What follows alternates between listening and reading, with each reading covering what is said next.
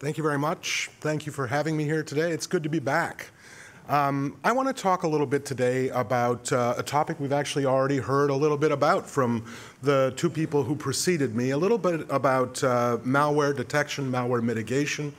I want to take maybe a slightly different approach, though, than we saw earlier. I want to talk about an integrated approach, and actually one of the promises that I want to make to you at the beginning of my presentation is I don't want to talk a lot about product. I don't want to talk a lot about technology.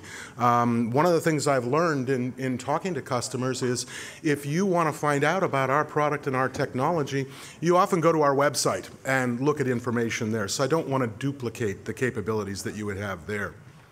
One of the things that we did recently as a part of our investigation of the marketplace and the requirements and the needs of the marketplace was to work with a third-party consultant to go out and survey a little over 300, I think it was 307 different IT executives around the world, asking them what their biggest concerns were. What were the things that kept them up at night? What were the things that what were the battles, really, that they were trying to fight? And we see the results here, and I hope that as you look at it, some of this stuff looks familiar to you. I expect that as you look at this, some of this looks familiar. And we see these things again, as I said, in the presentations that preceded me. So looking at the problems of stopping infection, looking at the problems of being a victim of a breach, those are the types of problems that we're trying to solve.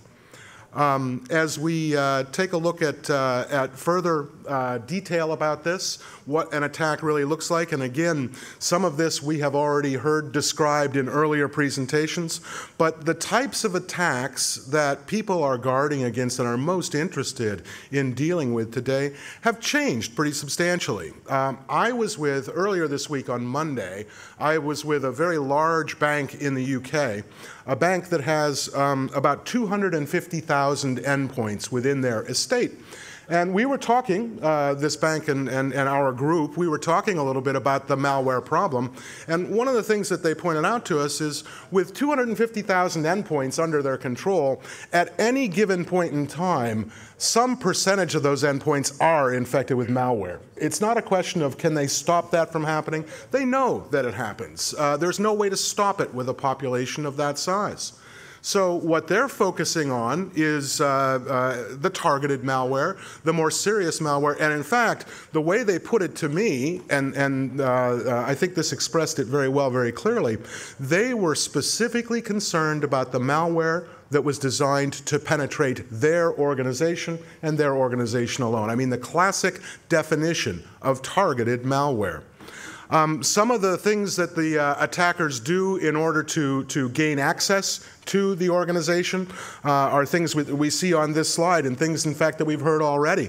But I cannot overemphasize the importance or the prevalence, I should say, of social engineering in these attacks. I mean, we as an industry, vendors and customers and our partners, have done a lot of work to train people to make sure that they understand that they shouldn't be opening attachments in unexpected emails. They shouldn't be clicking on random links. Still, people do that, but by and large, people have been pretty well trained. And in fact, my own mother, who's actually 88 years old, but still can operate a computer, she knows well enough not to open attachments that she's not expecting.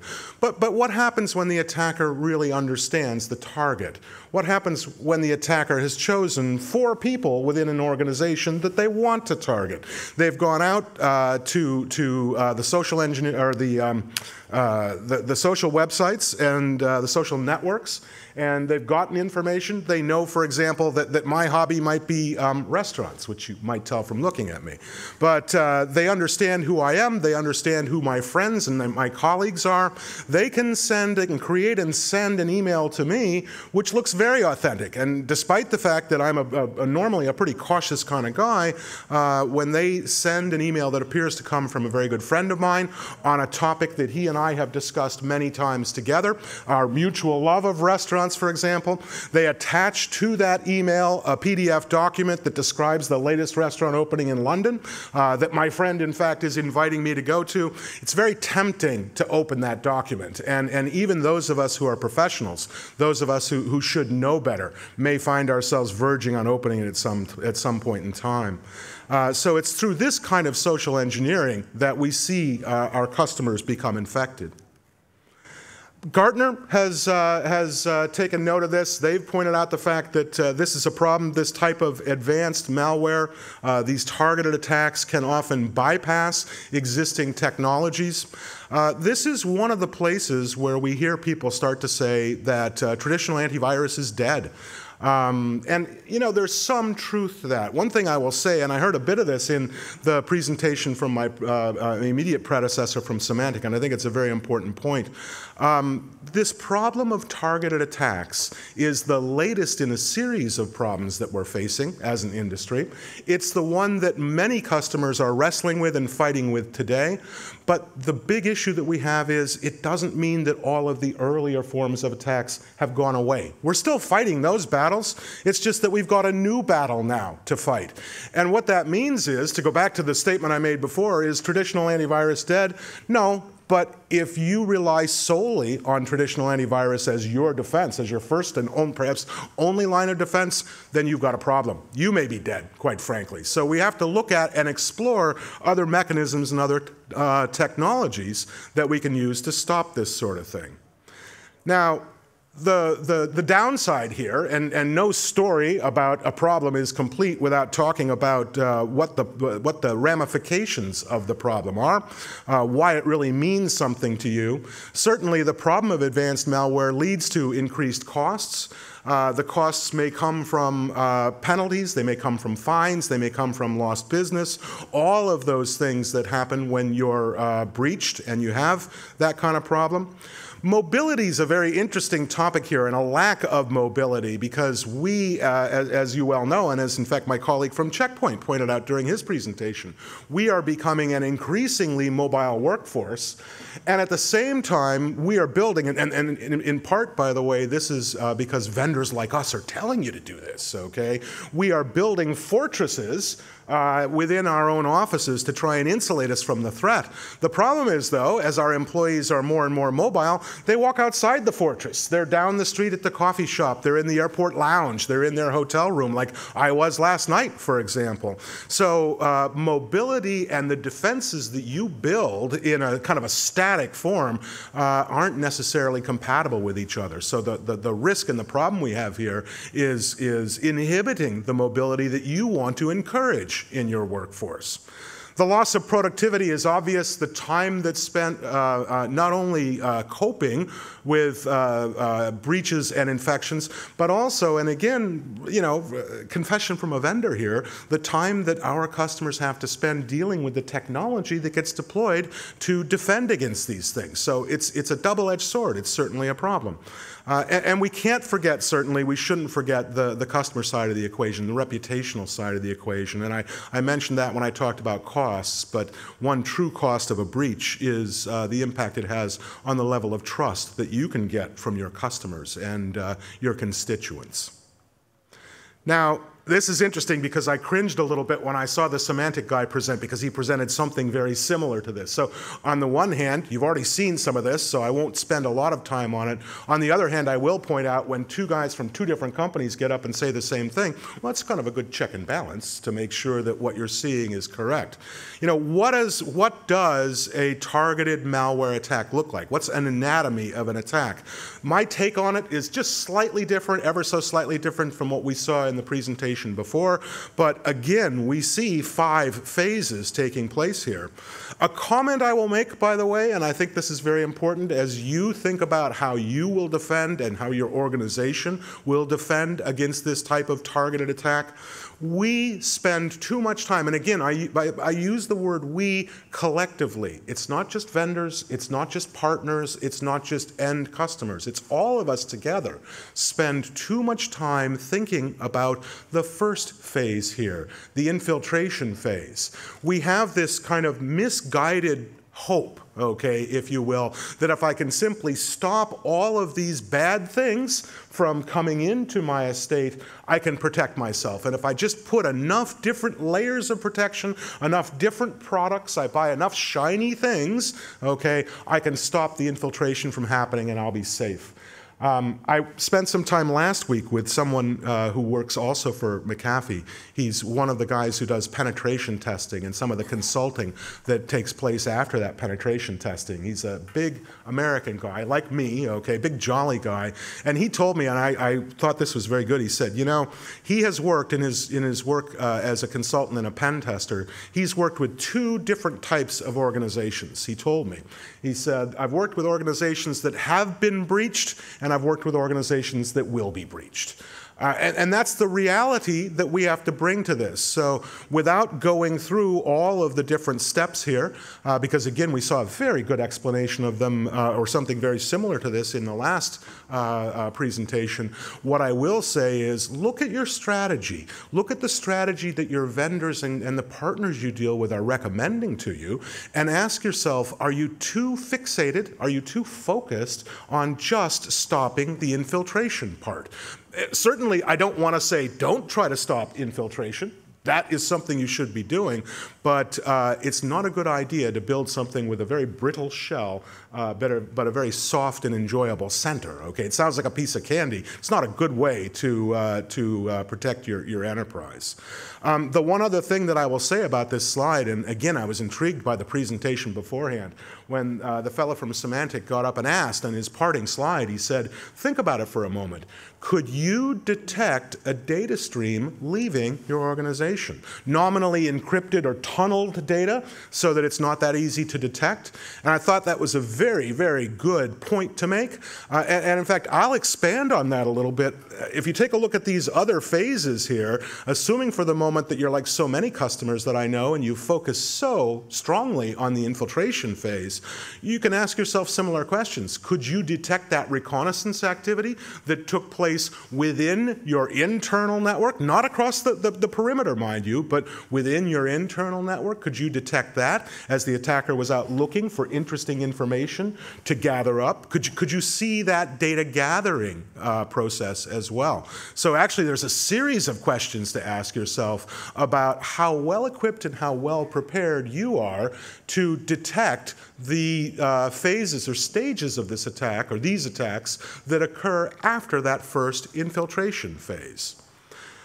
Now, I wanted to spend a little time, and I promised you at the outset here that this wasn't going to be about product and about technology, and actually I have one slide that talks about a lot of different products and technologies. And again, we've heard already about some of these products and technologies. Again, my colleague from Checkpoint was up talking about products like next generation firewall, intrusion prevention, sandboxing products, things like that. All of these can form, and often do form, a very important part of an integrated overall anti-malware solution. But you know what? We have, and I debated, by the way, when I put this slide together, I thought, you know what, maybe I should write, we have too many solution components, because sometimes I feel like there's just too many moving parts. I've never seen a company market a solution that said, look, the new improved solution, more moving parts. I mean, that's not the way people market things. That's not the proper way to design things. So one of the things that I realize when I look at the broad array of technology that's available, some of it might be from McAfee, some of it might be from Checkpoint, from Symantec, from any of the other very able vendors that you see here today, sometimes I think we focus too much on the newest, latest, greatest, shiniest technology. And that can be a problem, because that can divert us from the real task at hand, which is probably understanding how to use the components that we already have to form a more effective solution. How to use the components that are already in our hand to create the solution that will detect and stop the infiltration, the recon, the data gathering activities that we know represent a problem for us. So what I will say about products is each customer's product requirements and each customer's product mix are different and are separate. So I wouldn't expect any one set of solutions to be the proper fit for everyone here. But also, don't be lured by the siren call of even more technology to solve problems. Take a long, hard look at what you've got and understand how well that might help you solve problems. Now, along those lines, what are some of the things that you can do in order to create an integrated and a better solution? Well, I've already said that there's a lot of choices for technology, and one of the recycling mottos that we have is to reduce and reuse and recycle. It's the way to become a more green consumer. And being green is good, but this is also a way that you can make better use of the technologies that you have. You can make better use of fewer technologies. So look for ways to do things with fewer components. And again, we've heard some things already. To give credit where credit's due, we've heard already this morning discussion of things like next generation firewall. Not every customer is suited for this type of deployment. There are indeed customers out there that need separate firewall, they need separate intrusion prevention, they need separate web gateway solutions. But you know what? If you can make do with fewer components, you're going to end up with an easier to manage solution. If you have an easier to manage solution, it's going to be a more effective solution. So unless you fall into the class of customers that say, well, because of performance requirements, I need separate components, or because of legacy requirements or specific unusual things about my network topology that mean I need a series of separate components, consider using fewer components to get the job done. This is true not just on the network side, it's true on the endpoint side as well, an area that my own company is very familiar with also. Look at using integrated suites as products to solve problems. It cuts down on the number of managers that you have. It cuts down potentially on the number of different policies that you need to create. It makes for a more unified and integrated solution. Now, I will comment here and say that this type of unification, this type of reducing the number of solutions, sometimes is in conflict with the idea of buying the best in class for every different security solution that you have. And I meet with a lot of customers who tell me, I want to make sure that I have the best in class product in every area. And it's hard to argue with that. I mean, how do you argue with somebody who says, I want to make sure I buy the very best? It makes a lot of sense.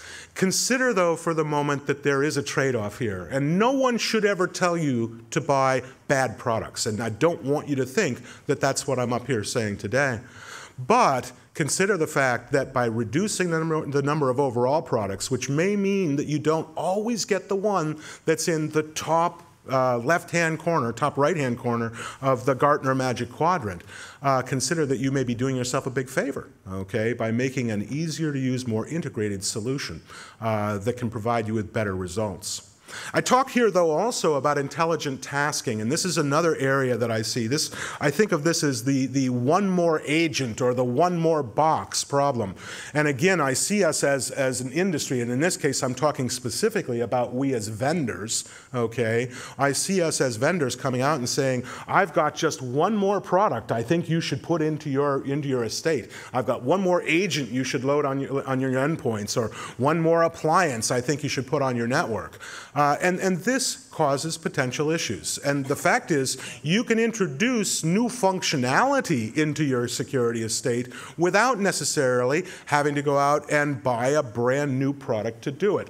So if you're putting in place, for example, a sandboxing solution, and this is a good example, you're putting in place a sandboxing solution and you've got a vendor who says, sure, all you need to do is put one additional appliance in line at your perimeter at every network egress point. Well, you have to stop and take a step back and ask yourself, do I really need to have another appliance? I mean, how many appliances do I have there already? So one of the things you should consider is, are there features and capabilities in products that you already have that you can make use of here? If you've already got something on the network that can collect files, then maybe that should be repurposed. You should look for a vendor who can repurpose that and use that to do the file collection. If you've got a brand new capability that you want to put onto certain endpoints, maybe whitelisting, for example, which is an excellent solution, it's an excellent capability for certain security purposes, rather than saying, you know what, let's go out and buy a brand new product, put yet another agent on that endpoint, stand up yet another console in my security operations center. Ask yourself, is there features, or are there features, I should say, or is there functionality in an existing product that I'm already using that might make use of that? Is it available as a part of a suite that I may already be using? So the idea of intelligent tasking, not always reflexively buying yet another product, is one way of cutting down on the number of different moving parts. And again, the solution with fewer moving parts, all other things being equal, will be a more effective solution for you. Now, another part of the idea of unifying or integrating the approach is the idea of information sharing. And again, to their credit, I've already heard some discussion of this from the other vendors. It's certainly an area that we as an industry are looking at. One of the things I will say, though, is in my opinion, we're still stuck at a stage of some immaturity when it comes to the idea of security information sharing. And I don't necessarily mean the idea of you sharing with your next door neighbor or with the company across the street or something like that. I understand that we have security policies about what we can share. What I'm talking about here, though, is more the question of sharing security information within your own enterprise, within your own estate, to get more effective security capabilities. Now, one of the benefits that we get from the sharing of information, and this is the area that we as an industry and you as our customers have done the most work so far, is in the area of situational awareness. We know what's going on, and it's security information and event management products that do a really good job with this. And I talk to a number of organizations on a regular basis who show me and demonstrate to me quite effectively the fact that they have very good situational awareness by centralizing the flow of log record information to a security information or event management product. And that makes a lot of sense, but you know what? There's a fatal flaw in using that as the only part of your information sharing strategy, and that is you really now have to have a human being in the loop who can act on that data after it's been correlated and analyzed. And we saw as long ago as 2003, for example, when the SQL slammer worms circled the globe in less than 10 minutes, that having a human being always in the loop for your security decisions is not a good idea, because people can't react fast enough. There are places to have humans in the loop, and I'll talk about that in just a moment, but you can't always depend on having a person in the loop. It just doesn't move fast enough. So the idea here is, how do you share security information between different security products and security devices? So if the firewall sees something happen at the perimeter, can the firewall notify other security products, maybe products that reside on the endpoint or other products that reside on the network, about what it's seeing at the perimeter to allow them to better set up defenses? A good example I might give, if you have a web gateway providing security for web surfing and you see a user click on a link, and when you're downloading the page that comes from the link, you find some malware. Can you send that link that the user clicked on, can you send it over to a mail gateway and say to the mail gateway, if you see this link in an email, okay, make sure that you clean that email, you quarantine that email, because that's a malicious email. And we see some of this happening, but frankly, we don't see enough of it happening. The big key here, though, and the burden here is on us as vendors, we have to evolve toward more standards so that vendors' products, different vendors' products, are better at communicating with each other. Bear with us. You'll see us create solutions that work within our own product line first, as you've seen already, and you will continue to see. But my invitation to you is to press us as vendors and make sure that you keep us working toward industry solutions, because ultimately that's what's going to give you the freedom to buy the solutions that make the most sense for you, with the benefit of interconnecting those solutions for the best possible security posture. Now, the final piece here that I have on this slide is really talking about the automation of processes. And this goes back to something I said a moment ago when I said that any strategy that depends too heavily on having a human being in the loop or in the process is, in my view, a defective strategy. Human beings should be there, but the fact of the matter is things move too quickly. We have too many different attacks that happen too quickly and evolve too fast for humans to really be able to respond. So we need to see the automation of more activities. And again, let me give you an example here. If I have a sandboxing solution, sandboxing, very, very interesting technology, latest one of the day. If I have a sandboxing solution that gives me a report and tells me all about malware that I have, that's one thing. But if a human being has to go out and say, can I find this malware anywhere in the 20,000, 30,000 endpoints that I have? That's a problem. Can you automate the solution of finding malware elsewhere?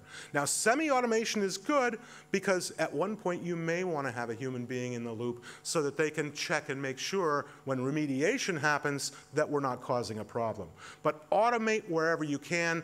Don't be afraid of it, okay? It's what's going to save the day, ultimately. Benefits, I've run out of time here, so I'm not going to spend a lot of time on this. The fact of the matter is better protection, it's more cost effective, greater accuracy. If you take this kind of unified approach, it will ultimately make you more secure. That's really why you want to do this. So with that, I'll thank you very much for your time.